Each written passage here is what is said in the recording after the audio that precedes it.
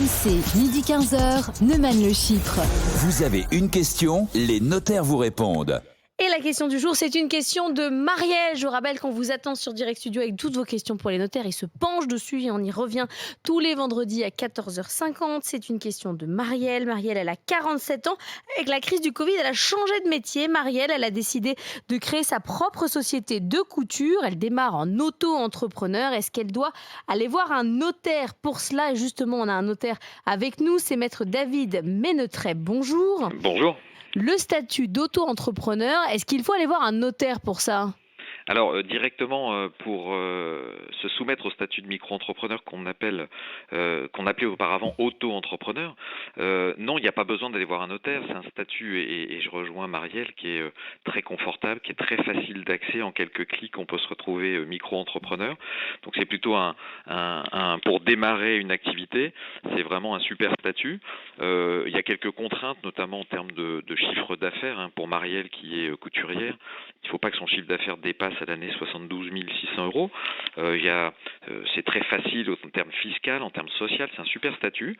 Après, est-ce qu'il faut voir un notaire directement pour créer ce statut? Non. En revanche, il y a un point qui est important, c'est que quand on est auto-entrepreneur, on n'est pas en société. Ça veut dire que Marielle, elle va exercer en nom propre. En nom propre, ça veut dire que c'est pas une société dans laquelle elle aurait des participations, des parts, qui va exercer cette activité de couturière. C'est elle qui est directement l'entrepreneur. Et donc, son patrimoine personnel est directement saisissable par des créanciers. Alors, pour le job, l'entreprise que veut monter Marielle de couture, il n'y a pas grand risque, mais pour nos auditeurs qui sont à l'antenne, il faut savoir que ce statut de micro-entrepreneur, on est en nom propre, et donc le patrimoine est directement captable par des créanciers. Alors, donc, maître, ça veut dire qu'elle peut peut-être venir voir un notaire pour faire vérifier son contrat de mariage, par exemple, si elle ne veut pas engager dans cette activité les biens de son compagnon ou de son conjoint. Alors par exemple, c'est une très bonne idée, aller voir le notaire pour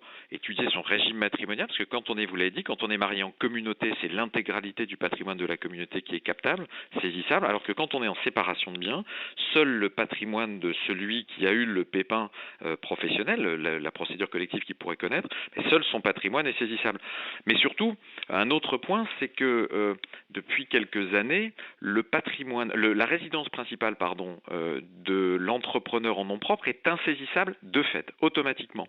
C'est-à-dire que quand on est entrepreneur individuel, commerçant, artisan, professionnel libéral, automatiquement la résidence principale est insaisissable. En revanche, les autres biens immobiliers du chef d'entreprise en nom propre qui ne constituent pas la résidence principale, l'appartement qu'on s'est payé au bord de la mer, à la montagne, l'appartement où on a logé son enfant étudiant, eh bien ce patrimoine immobilier est saisissable. Et pour éviter ça, eh bien, on va voir son notaire et on va signer ce qu'on appelle une déclaration d'insaisissabilité. Ce qui signifie que pour les dettes professionnelles de l'entrepreneur en nom propre, eh bien, cet immeuble qui n'est pas la résidence principale sera insaisissable. Ça coûte pas grand-chose, environ 600 euros, et à l'échelle du risque que l'on évite, c'est très très important. Merci beaucoup David Ménetrey d'avoir été avec nous dans Neumann Le Chypre. Avec plaisir. On reparlera des auto-entrepreneurs bien sûr dans Neumann Le Chypre. C'est un